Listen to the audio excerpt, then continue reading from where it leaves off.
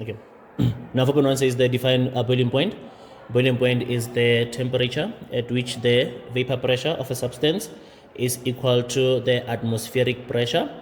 4.2 says what is the relationship between the strength of intermolecular forces and boiling point. What we know is that the stronger the intermolecular forces, then compounds with stronger intermolecular forces have higher boiling points. So the stronger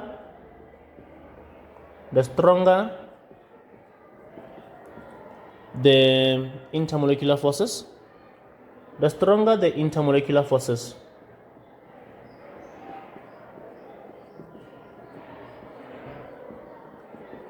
the higher the boiling point. So it will go like, if a compound has stronger intermolecular forces, therefore it will need more energy to break. And if it needs more energy to break, therefore that compound will have a higher boiling point then.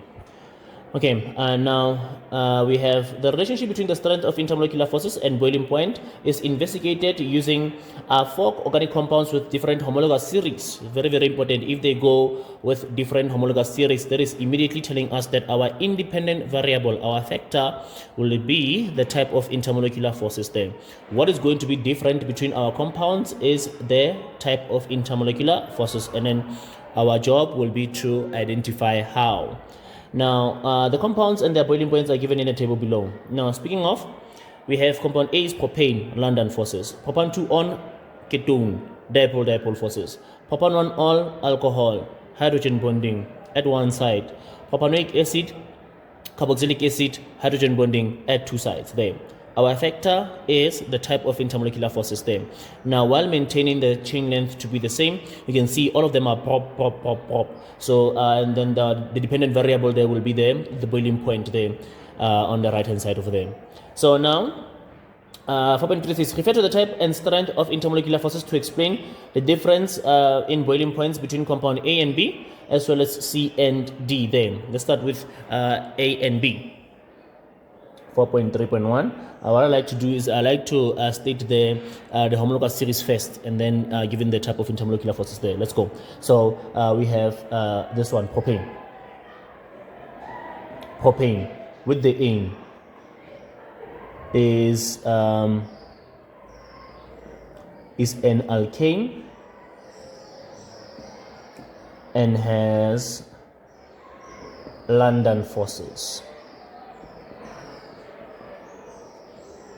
And then propan 2 on is a ketone and it has dipole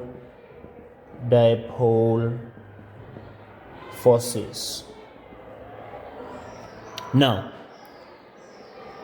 after identifying the type of intermolecular forces in each compound, now I compare those intermolecular forces. Dipole forces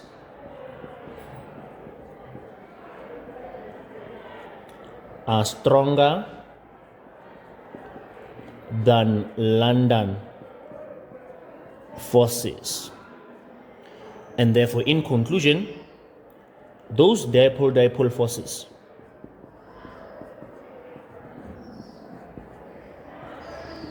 in propan 2 on will need more energy to break them. Key thing here, comparison. Key thing here, acknowledging that because they are stronger, therefore they need more energy to break them. Okay.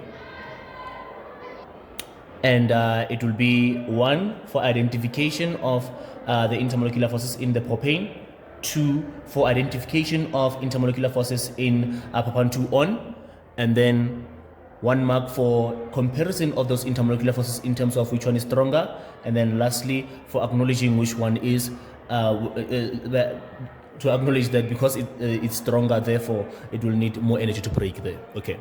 And also the relationship that we started with. All right. All right, now comparison of compound C and D. Now, compound C and D, first and foremost, is that they both have hydrogen bonding. But now let's start. Now, 4.3.2. Now, propan 1 on, or you can say compound C for short. C is an alcohol, and it is an alcohol and has hydrogen bonding, but it is at one side. It is hydrogen bonding that is at one side there. And then D, the carboxylic acid. D is a carboxylic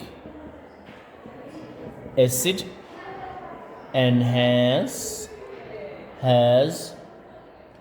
that hydrogen bonding,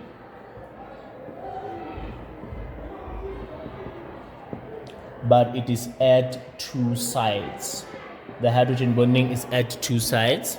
Now, after identifying the intermolecular forces, hydrogen bonding at one side, hydrogen bonding at two sides, then we say that hydrogen bonding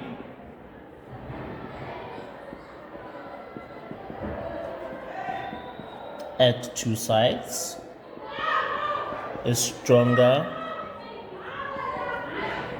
than hydrogen bonding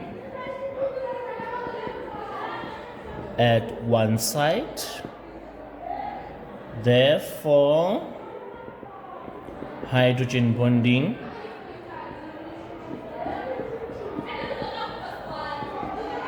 at two sides, which is stronger,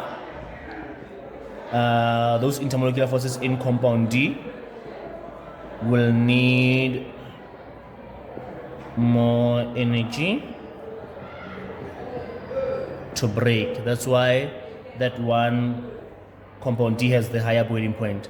So now see, it's actually 3 marks. So 1, 2, and for identification it will be 1 there, with the previous one as well. 4.04 says here, is compound B a gas or a liquid at room temperature? B, room temperature is 25 degrees Celsius, so it boils at 56 degrees. At 25 degrees it has not boiled, so it's still a liquid. It's not a gas yet. So you just check, room temperature is 25, boiling point, its boiling point is 56. So when the temperature of the room reaches 25 degrees, it has not boiled yet.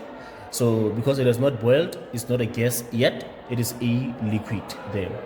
So see, 10 marks for this one here. And the key to doing these questions here is always just to be aware of the type of intermolecular forces for your homologous series. Alkane, alkene, alkyne, your hydrocarbons, London forces. Ketone, aldehyde, ester, and haloalkane, dipole. Alcohol, hydrogen bonding at one side, carboxylic acid, hydrogen bonding at two sides. In a case whereby it's a question whereby what is compared is the type of intermolecular forces there. Remember, there are other 2 factors that you must be aware of, like chain length as well as branching, that can affect the strength of intermolecular forces. So one must always have that constant awareness of what is the factor that is being questioned, that is being investigated at that point. Okay.